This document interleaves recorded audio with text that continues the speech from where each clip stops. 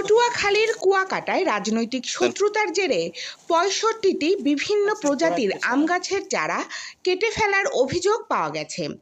১ বছর আগে রোপণ করা বিভিন্ন প্রজাতির এই গাছগুলো রাতের আঁধারে কেটে ফেলায় ক্ষোভে ফুঁসে উঠেছে এলাকার সাধারণ মানুষ।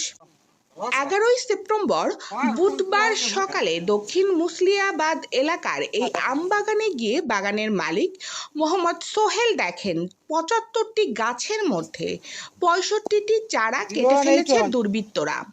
বাগান মালিক সোহেল বলেন, আমার সাথে কারোর পারিবারিক দ্বন্দ্ব থাকতে পারে, সেই জন্য সামাজিকভাবে বিচার যা হয় আমি মেনে নেব।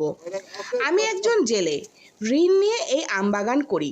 আমার এই বাগান যারা ধ্বংস করেছে তাদের বিচার চাই। ৭৫টা আম চারা ছিল, ৬৫টা রাতের অন্ধকারে কাইটে থই গেছে। কারণ আমার ২-৩ জনের সাথে এখানে দ্বন্দ্ব, কারণ পারিবারিক দ্বন্দ্ব। তারা রাজনৈতিক ইস্যু কইরা, কারণ আমার এইগুলো কাইটে থই গেছে। কারণ আমি গরিব মানুষ, আমি জাল পাই।